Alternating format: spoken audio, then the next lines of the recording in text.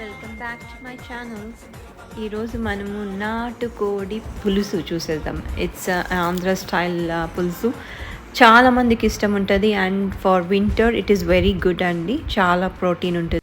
So ఈరోజు మనము 2 onions తీసుకున్నాం, ప్లస్ ఈవెన్ చిన్న చిన్న ఆనియన్స్ కూడా వేస్తున్నాం అండి. ఇది ఒక టేస్ట్ బాగా వస్తుందని చిన్న ఆనియన్స్ కూడా వేస్తున్నాం. నాటుకోడి పులుసులో చిన్న ఆనియన్స్ కూడా వేయవచ్చు మనం.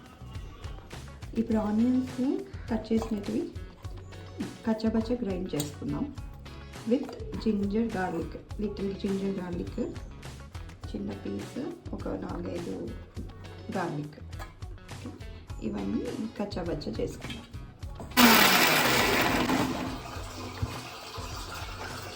ఇలా ఉండాలి. కాస్త ఆయిల్ వేసుకోవాలి, ఇంత ఆయిల్ సో సరిపోతుందండి. ఎందుకంటే నాటుకోడి కొంచెం ఆయిల్ ఉంటుంది దానికి, ఆల్రెడీ స్కిన్ ఉంటుంది కాబట్టి. ఇప్పుడు ఆయిల్ హీట్ అయ్యాక కాస్త జీర వేయాలి, టేస్ట్కి మంచిగా ఉంటుంది. పసుపు కాస్త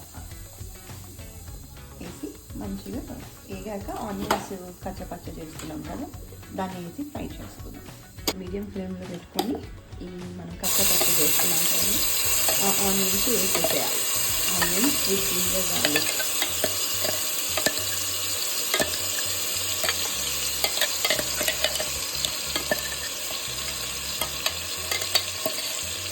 సో ఇలా మనకి కలుపుకొని అది ఆయిల్ పచ్చివాసన పోయేంత వరకు పెట్టుకొని ఆయిల్ తేలేంత వరకు ఫ్రై చేయాలి.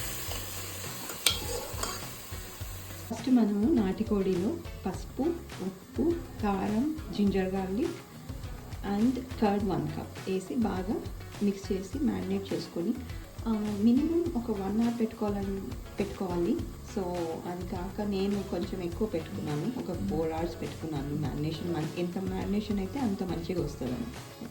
సో అది ఫ్రై అయిన తర్వాత మనం మసాలా పక్కన చేసుకున్నామండి. ఇది డ్రై కోకోనట్ కాస్త ఒక 4-5 పీసులు కాస్త ఫ్రై చేసుకొని గ్రైండ్ చేసుకున్నాం. ఇది ప్లస్ గసగసా ఒక 1 టీ స్పూన్. ఇది మెయిన్గా మసాలాలో ఇన్వాల్వ్ చేయాలి. ఇలా బ్రౌనిష్గా అవ్వాలి. అయ్యాక దీంట్లో మనం మ్యారినేట్ చేసి పెట్టుకున్న చికెన్ వేస్తాం.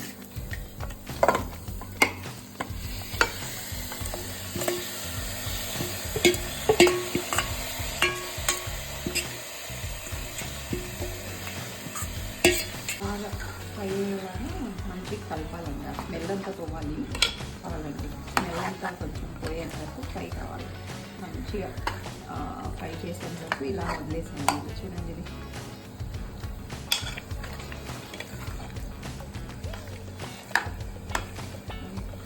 గసగసే కూడా మనం ఇప్పుడు ఫ్రై చేసుకున్నాము. దీనికి ఆన్ అవసరం లేదు, వేడి దీంట్లోనే చేసేసుకుంటే అయిపోతుంది. అదే సో ఇప్పుడు ఇది కూడా వేసేసి మనం మిక్సీ పట్టుకున్నామండి. డ్రై కోకోనట్, గసగసా అండ్ దీంట్లోనే గరం మసాలా, చెక్క, లవంగ, యాలకి అవన్నీ వేసుకొని ఫ్రై చేసుకోవాలి. చెక్క అంటే దాల్చిన చెక్క అండి. సో నా దగ్గర ఆల్రెడీ గరం మసాలా నేను మిక్స్ చేసి పెడతాను కాబట్టి అదే వేస్తాను. ఇందులో నేను ధనియా పౌడర్ వేస్తున్నాను, ఒక 2 స్పూన్స్. నేను అందాజుగా వేస్తున్నాను, మీరు ఒక 2 స్పూన్స్ వేసుకోండి.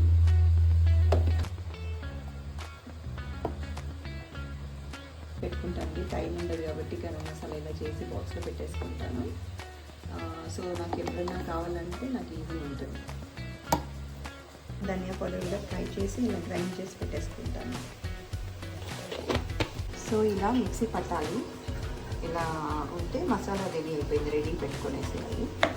ఇది ఫ్రై అయిపోయింది, మంచిగా స్మెల్ పోయేంత వరకు మంచిగా ఫ్రై చేయాలి. దీన్ని చేసేలోపు మనం వేడి వాటర్ వేసుకున్నాం కుక్కర్లో పెట్టడానికి.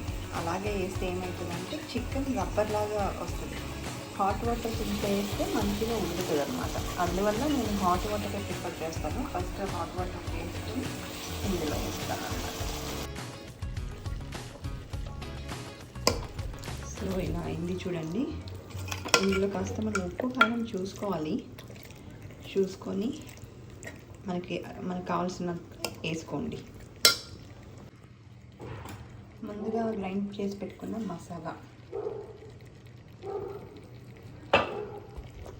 ఆ మసాలా వేసి బాగా కలపాలి. సో సో ఇలా కొద్దిగా ఆయిల్ తేలేంత వరకు ఫ్రై చేయాలి. ఇప్పుడు వాటర్ వేద్దాం మనం. చూడండి బాగా కలిసిపోయింది.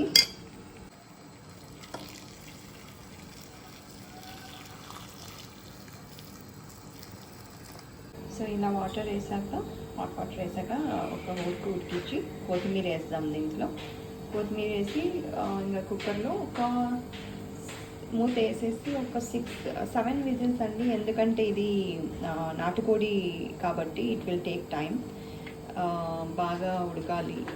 సో 7 విజిల్స్ వరకు పెడతాను నేను. మీకు చూసి దాని ప్రకారంగా చేసుకోండి.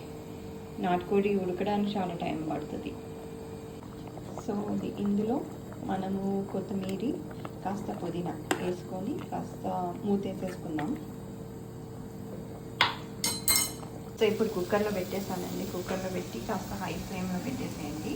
ఒక విజిల్ అయ్యాక మీడియం ఫ్లేమ్లో పెట్టేస్తాము. 7 to 8 విజిల్స్ పెడతాను నేను. సో ఇది లాస్ట్ విజిల్. దాని తర్వాత ఇలా ఆఫ్తో పాటు నేను బగారా రైస్ చేసుకుంటున్నాను. I'll show you bagara rice in my next video, not now. So ఈరోజైతే మనము నాటుకోడి పులుసు చేస్తున్నాం. సో 7 విజిల్స్ అయిపోయింది. ఇప్పుడు చూద్దాము. వావ్, చాలా బాగుంది. అంటే చూడండి ఆయిల్ అంతా లేసి అంతా చాలా బాగుంది. ఆ స్మెల్ కూడా చాలా మంచిగా అనిపిస్తుంది.